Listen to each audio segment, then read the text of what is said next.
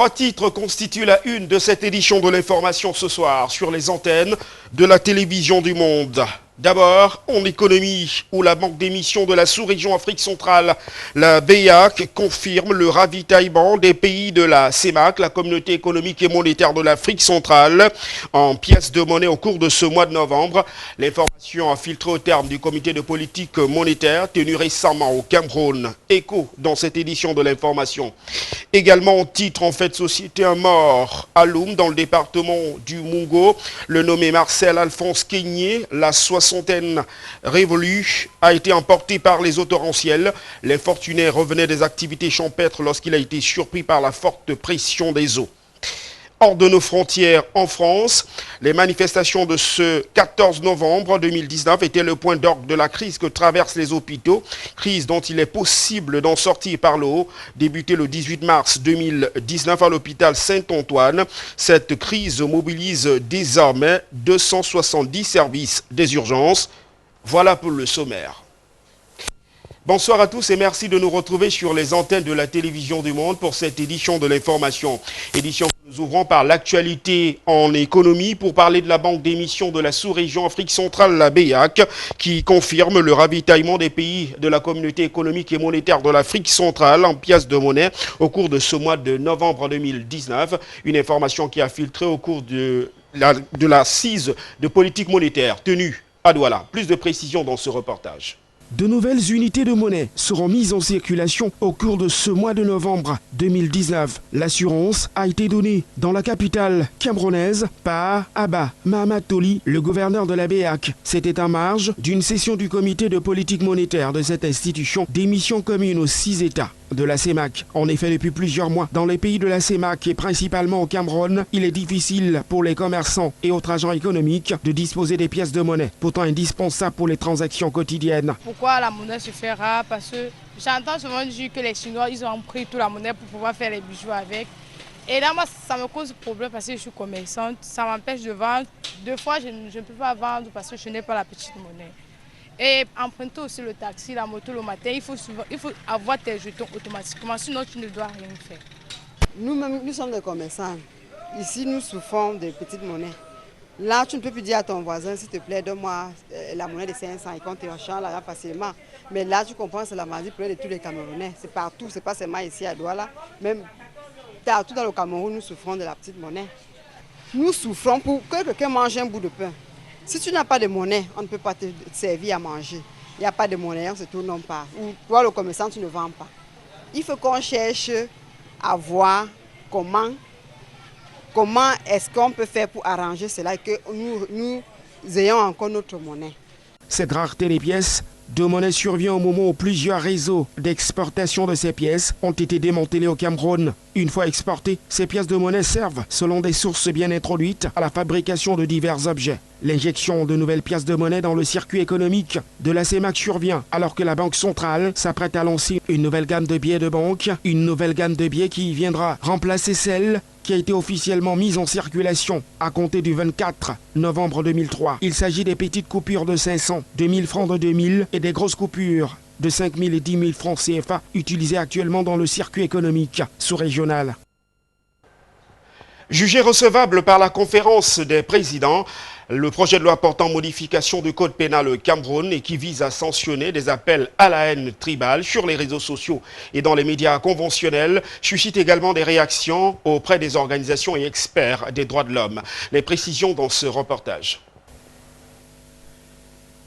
L'introduction par le gouvernement de la République d'un projet de loi de modification du code pénal pour sanctionner le tribalisme dans notre pays suscite des réactions au sein des organisations de défense des droits de l'homme et des libertés. De toutes les façons, cette rencontre d'aujourd'hui nous permet déjà d'anticiper, de réfléchir non seulement sur l'avenir, mais sur le présent.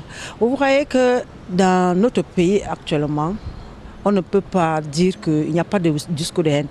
Les discours de haine, même, on le rencontre même au niveau des réunions, les replis identitaires. Ça veut dire que si aujourd'hui, nous ne faisons rien en tant que défenseurs des droits de l'homme, en tant que propulseurs de la paix, Les jours à venir, nous aurons des actions incontrôlables. Pour les centres des Nations Unies, il s'agit là d'un fléau qui a déjà fait de nombreuses victimes en Afrique. Et le Cameroun n'est donc pas épargné. Le projet de loi portant modification du code pénal est donc à saluer. À mon humble avis, je pense que c'est possible. Et les populations, je pense aussi, si un bon travail en amont est mené, les populations seront réceptives à cette initiative. Si on met en place de bonnes stratégies de lutte contre les discours haineux. Mais au-delà de cette réception favorable, les experts ont été réunis par le Centre des Nations Unies pour réfléchir sur l'avenir du Cameroun, un pays qui compte à ce jour près de 241 ethnies qui vivent en harmonie. Mais depuis peu, cette unité est fragilisée par des combats politiques. La Commission nationale des droits de l'homme et des libertés, avec le soutien du gouverneur et le soutien du directeur du Centre des Nations Unies, ainsi que le président de la CNDHL, à travers ces actions que je suis en train de mener, c'est d'anticiper l'alerte précoce, de se faire en sorte qu'aujourd'hui, on se mette ensemble pour dire « Ah, il y a un problème » au niveau de ce discours de la haine, de ce repli identitaire. Est-ce que c'est bon pour notre pays? Est-ce que nous sommes dans la bonne voie? Est-ce que le chemin de la paix que nous sommes en train de tracer avec le dialogue va en harmonie avec ces discours? L'Assemblée nationale a pris des mesures. Est-ce qu'on doit arriver aujourd'hui à la répression? Est-ce que nous ne devons pas anticiper au niveau de la société civile, au niveau des droits de l'homme, pour faire en sorte que ce discours de la violence et de la haine se transforme en amour? En attendant l'adoption de ce projet de loi, ces experts réunis à Douala réfléchissent sur la préservation de l'unité dans la diversité qui font du Cameroun l'Afrique en miniature. À l'est du Cameroun, à présent, le ministre de l'Eau et de l'Énergie, Gaston Ilundu Essomba, s'est rendu dans la localité de Mapan, non loin d'Abomban, dans le but de sortir les populations de cette localité des ténèbres. Il était accompagné des élites et des jeunes du coin. Le ministre de l'Eau et de l'Énergie a saisi l'opportunité de cette descente pour faire une annonce, celle de la construction d'une usine de raccordement entre les réseaux interconnectés Chud, ES, Praxair de Toulouse et Babi-Sielem.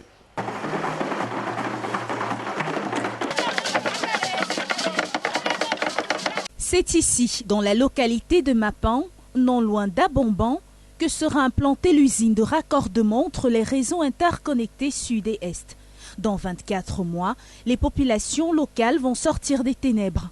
Le problème de distribution de l'énergie électrique ne sera plus qu'un triste souvenir, selon les assurances du ministre de l'Eau et de l'Énergie. Il devrait avoisiner un linéaire de 200 km. Ce travail, il devra donc commencer le 15. En visite de travail à l'Est, le membre du gouvernement est venu s'entretenir avec les populations d'Abomban et d'Atok sur cet important projet d'électrification. Les travaux vont démarrer le 15 novembre, dans quelques jours. Nous les sensibilisons parce qu'au moment où nous démarrons les travaux, toutes les dispositions ne sont pas encore prises pour payer les indemnisations. Ces populations ont oisivement accepté que les travaux démarrent en attendant que les indemnisations soient payées. Je puis donc dire que le but de notre mission a été largement atteint. Après les échanges, les forces vives promettent de laisser l'entreprise adjudicataire travailler malgré le manque du paiement des frais d'indemnisation des populations impactées. Les régions de l'Est adhèrent totalement à la proposition faite par le ministre de l'Eau et de l'Énergie. Vous savez, depuis des années, ça a toujours été notre grosse préoccupation ici. Le chef de l'État ayant donc entendu les pleurs qui venaient du fin fond de l'Est, a décidé ce que vous venez d'apprendre de la bouche même du ministre de l'Eau et de l'Énergie.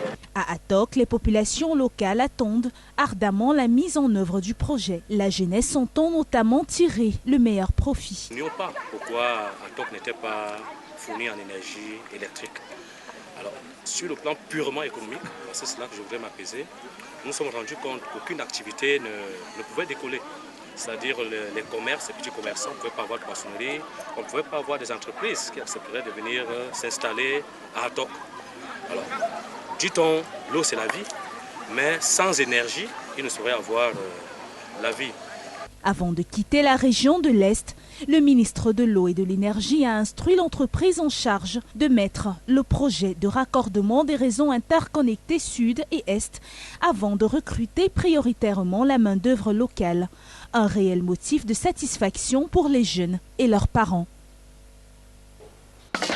Avant de mettre le cap sur la région de l'Est du Cameroun, Gaston Elounou Essobas s'est rendu dans la région de l'Ouest du pays, précisément la capitale régionale Bafoussam, pour annoncer que cette ville sera bientôt dotée d'une ligne de transport de l'énergie électrique permettant de raccorder des réseaux à partir de la capitale régionale du département du Mongo, la ville de Nkonsamba. Praxé de Toulou et Herbert Kwamo nous en disent davantage.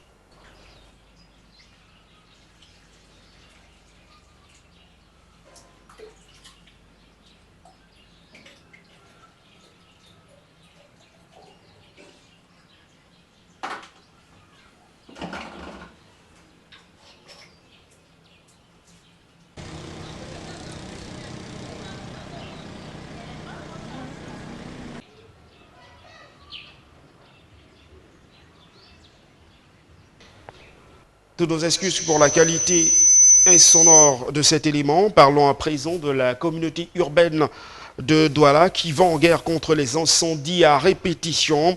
La sonnette d'alarme a été tirée ce jeudi au cours du lancement de la 8e édition des Journées du développement durable. Les précisions de Zobel Apollinaire Ban et de Patrice Foucault.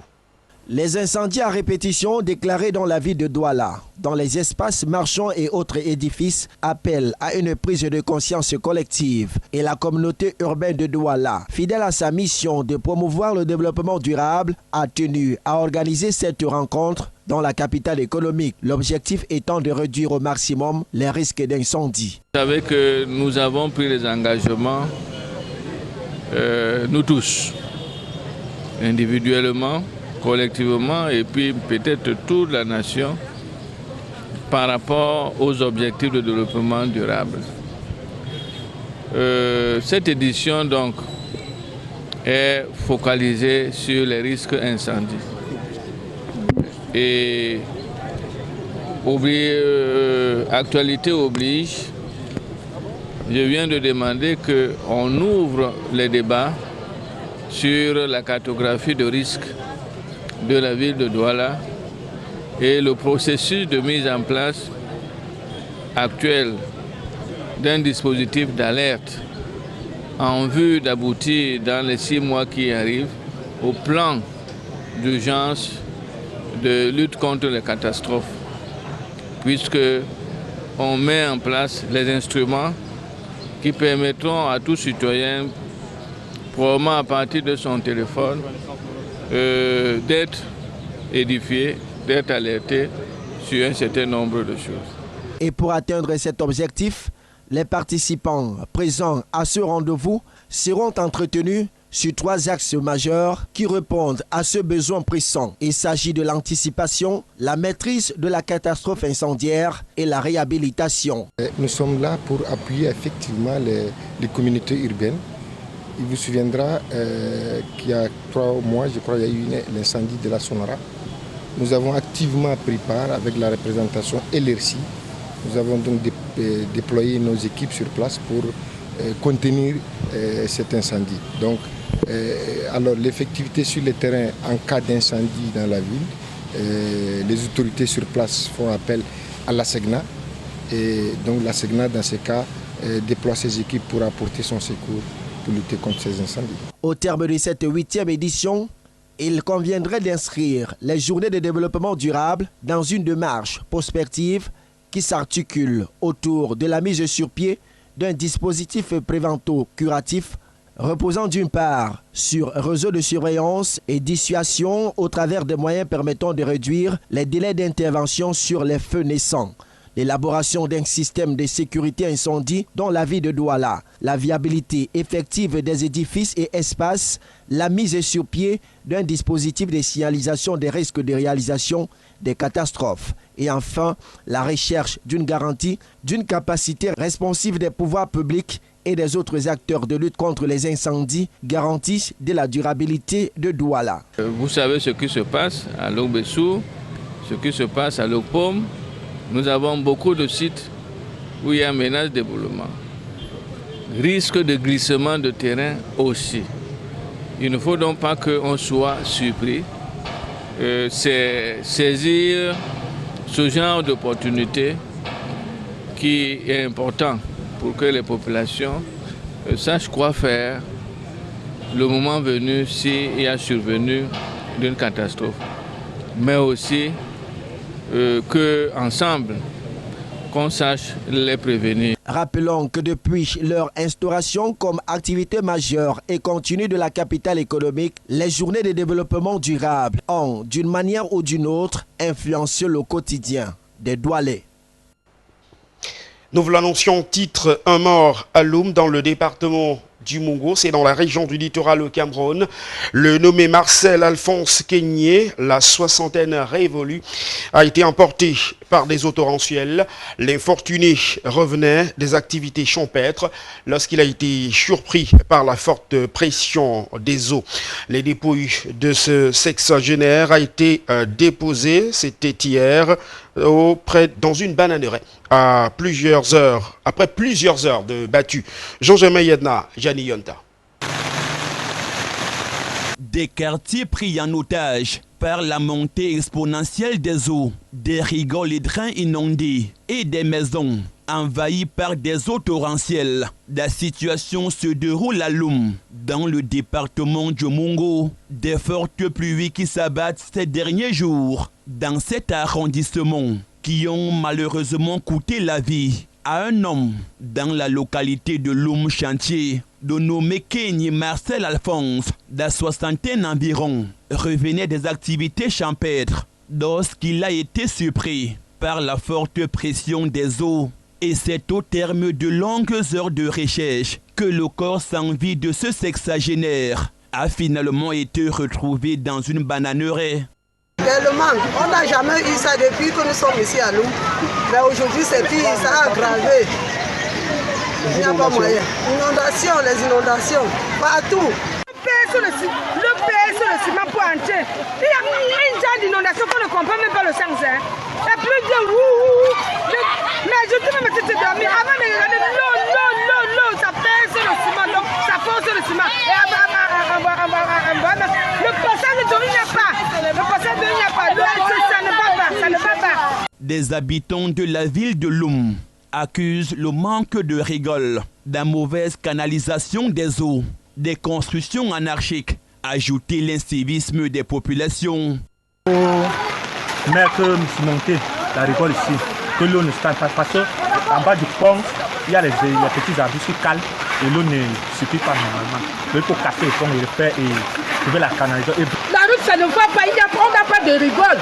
Ici, on n'a pas de rigole. Toutes les maisons, même jusqu'à dans ma chambre, c'est l'eau. Il n'y a pas moyen dans le quartier. Vraiment, il fallait qu'on trouve une solution à nous. Un jour, on doit mettre l'enfant sur le lit, l'eau doit amener. Parce que quand ça entre là sur les lits, regardez là-bas. Pour essayer de laisser le passage à l'eau, c'est parce que les rigoles sont petits. L'eau va se verser sur les routes. Et puis ça va se verser dans les quartiers en désordre n'importe comment. C'est un peu ça. Et même un autre grand problème que le pont du lycée-ci. L'eau s'est étouffée, l'eau ne coule pas. L'eau ne coule pas. Parce que si l'eau coulait là-bas, c'est que nous ici, on ne souffre pas comme ça. Nous amène tout. Tout, totalement tout. Ce n'est pas de cela qui cause l'inondation dans les maisons, mais c'est à cause des rigoles. Les rigoles sont petites. Maintenant, il faut ouvrir totalement la grande route, le grand cours d'eau de Benanka de Kumbeke. Alors, en ce temps, l'eau va circuler un peu plus rapidement. Encore des cris de détresse des habitants de l'arrondissement de Loum et ses environs, qui, l'on espère, trouveront un écho favorable, cette fois auprès des autorités en charge des questions de l'habitat et du développement local. On en vient maintenant à l'actualité hors de nos frontières. Nous mettons le cap sur la France, où les manifestations de ce 14 novembre étaient le point d'orgue de la crise que traversent les hôpitaux dans ce pays d'Emmanuel Macron. Une crise qui a débuté le 18 mars 2019 à l'hôpital Saint-Antoine et qui mobilise à ce jour 270 services des urgences. Les détails de nos confrères d'Euronews. Médecins, aides-soignants, étudiants en médecine, doyens, ils sont dans les rues de France ce jeudi. Sous pression budgétaire depuis des années, plombé par la grève des urgences, l'hôpital public souffre. Les agents hospitaliers dénoncent les conditions de travail dans des bâtiments souvent de plus en plus vétustes. Leurs revendications, augmentation des salaires, hausse des effectifs et réouverture des lits supprimés. Une personne, il faut qu'elle fasse le travail de 2 voire de 3 personnes. Et ça, c'est plus possible aujourd'hui. Les humains, on n'est pas des robots. On subit des rigueurs budgétaires, des plans de retour à l'équilibre. Derrière, ça veut dire des suppressions de postes. Et quand on supprime des postes à l'hôpital, ça dégrade non seulement les conditions de travail, mais aussi la qualité des soins pour les patients. Il y a des patients qui restent 72 heures aux urgences sur des brancards. Mais pourquoi? Parce qu'il n'y a plus de médecins, il n'y a plus de paramédicaux et du coup les lits de médecine, les lits de chirurgie, etc., ils sont fermés. Le gouvernement a déjà échoué par 2 fois à sortir de ce conflit. Ni la prime mensuelle de 100 € versée depuis juillet, ni le plan de refondation annoncé en septembre n'ont suffi à apaiser les tensions. La Bolivie, quant à elle, est secouée par des manifestations au premier jour de la prise de fonction de la présidente par intérim. Janine Agnès, des heurts ont en effet éclaté entre forces de maintien de l'ordre et les manifestants partisans de l'ancien chef de l'État de la Bolivie, Evo Morales. Les détails une fois de plus de nos confrères d'Euronews. La Bolivie encore secouée par des manifestations. Au premier jour de fonction de la présidente par intérim Janine Agnès, des heurts ont éclaté entre les forces de l'ordre et des manifestants partisans de l'ancien chef de l'État, Evo Morales. Jets de projectiles pour les uns, répliques par des tirs de gaz lacrymogène pour les autres. Les rues de La Paz ont été ce jeudi le théâtre de violents affrontements.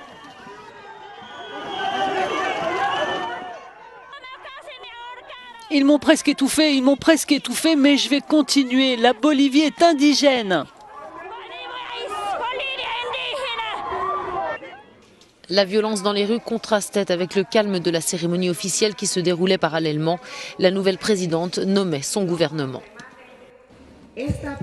Cette présidence par intérim se déroulera dans le respect absolu de l'ordre constitutionnel. Nous travaillerons pour créer une opportunité et abandonner les vieux stigmates et les divisions.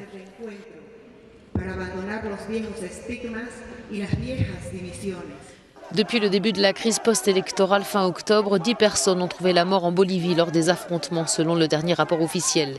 Depuis Mexico, où il est arrivé mardi pour y bénéficier de l'asile politique, Evo Morales s'est dit prêt à rentrer dans son pays pour apaiser la situation, si son peuple le lui demandait. En sport, nous parlons des éliminatoires de la Coupe d'Afrique des Nations 2021 prévues au Cameroun. Les Lions indomptables ont fait jeu égal face au Cap-Vert sur le score nul et veillage de 0 but partout. C'était mercredi dernier à Yaoundé pour la première sortie de groupe. Les précisions dans ce reportage de Georges Wafou. Qualifiés d'office pour cette Coupe d'Afrique des Nations en tant que pays hôte, les Lions indomptables du Cameroun n'ont pas fait mieux qu'un match nul contre le Cap-Vert au stade Amadou Ahidjo. Au début de la première période, on a remarqué une équipe camerounaise conquérante avec un Choupo-Moting qui reçoit un ballon de Bassogo à l'arc central et déclenche une frappe au-dessus de la transversale seulement à la 9e minute. Malgré les encouragements des supporters, aucune occasion franche de but ne se pointe à l'horizon. Plutôt les Lions reculent dans leur camp et les Cap-Verdiens se montrent menaçants jusqu'à la 20e minute où Rodriguez ouvre une frappe qui passe tout près de la cage d'André Onana. En ce moment, on croyait voir le sursaut d'orgueil des Lions qui deviennent dangereux sur les balles arrêtées mais sans précision. À la 44e minute, Nicolas Moumi-Gama le manque de réussite sur un ballon repoussé par le gardien adverse et c'est sur ce score nul et vierge que les deux équipes regagnent les vestiaires. De retour à la seconde mi-temps, le match est équilibré. 6 minutes plus tard, à la 51e minute, ce même Moumi-Gama fait une percée dans la surface de réparation et s'écroule. On pense alors à un penalty, mais l'arbitre décide autrement. Les deux équipes enchaînent les contre-attaques mais ne parviennent pas à être dangereuses. Même l'entrée de Aboubakar Vincent vers la 60e minute ne permettra pas aux Lions de marquer un but pour obtenir 3 points. Le score en restera là jusqu'à la fin de la partie. Le Cameroun rate l'occasion de prendre la tête du groupe avant la prochaine rencontre contre le Rwanda jeudi prochain.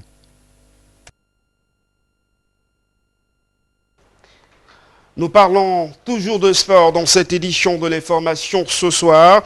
Après plus d'une décennie d'absence, les Lions indomptables du Cameroun renouent enfin avec les supporters de l'équipe Fagnon du football camerounais après avoir été tenu en échec hier mercredi au stade Omnisport Amadou Ahidjo. C'était face au Cap-Vert. Les protégés d'Antonio Silva ont donc engagé une séance d'entraînement.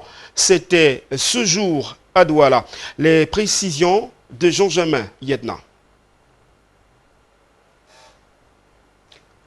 Quelques difficultés avec cet élément de Jean-Germain Yedna sur cette mise au vert des Lions indomptables du Cameroun qui sont donc à Douala et qui ont entamé leur première rencontre de la compétition dans le cadre des qualifications liées à la Coupe d'Afrique des Nations édition 2021. Jean-Germain Yedna. Visiblement, on n'aura pas cet élément dans cette édition de l'information ce soir. Mesdames, Messieurs, merci de nous avoir accordé votre attention pour cette livraison du journal sur les antennes de la télévision du monde. Restez sur nos programmes qui se poursuivent. Au revoir.